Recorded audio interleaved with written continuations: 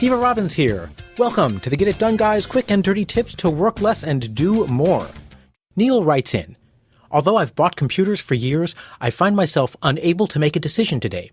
Perhaps because I'm finding too many slowdowns and problems with the hardware-software combinations. Should I get a PC or a Mac?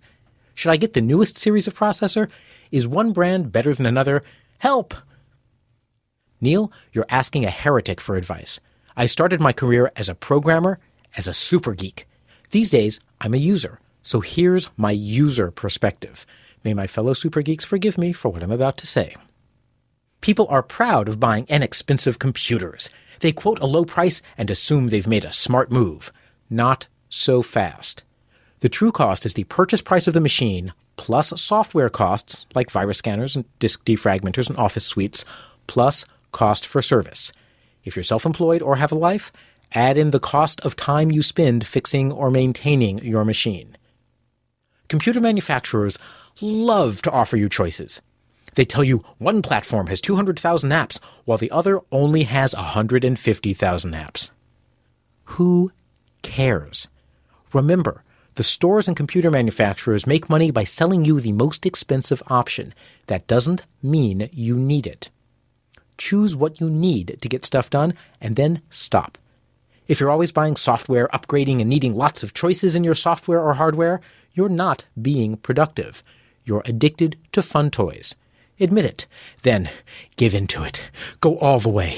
Assemble the system yourself. Then, when it breaks, and it will, often, you can have fun spending weekends and evenings disassembling it, reinstalling operating systems, and proudly telling your friends how you saved a whole $200 by doing it yourself.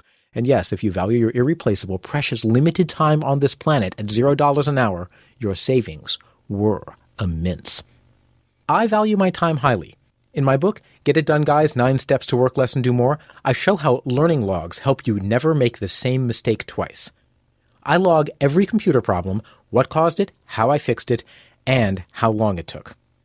My log says I spent more time maintaining one Windows machine for a month than I've spent on 3 Macs in 3 years combined. I value my time, so I'm a Mac fanboy, purely for productivity reasons. Hardware can also break. Buy machines that have an in-person support center. Then buy a good service contract. I live near an Apple store. Less than a day after my hard drive crashed, they had me up and running from my Time Machine backup. In my Windows days, I had a top-of-the-line on-site support contract from Dell, and between sitting on hold and going through their telephone pre-screen, I spent over 20 hours on a single support incident before they sent their on-site support person. Oh yeah, and their telephone support person gave me instructions that nuked my hard drive in the process. You may love your computer's body, but you really want it for its brain. That is, the software. Choose a computer that runs the software you want. If your workplace uses Windows-specific or Mac-specific software, consider buying the same machine for home so you can move files back and forth between the two platforms. Most software companies, including Adobe and Microsoft, offer their software on both platforms. Configure your computer based on your task. Even low-end machines can do almost anything you want.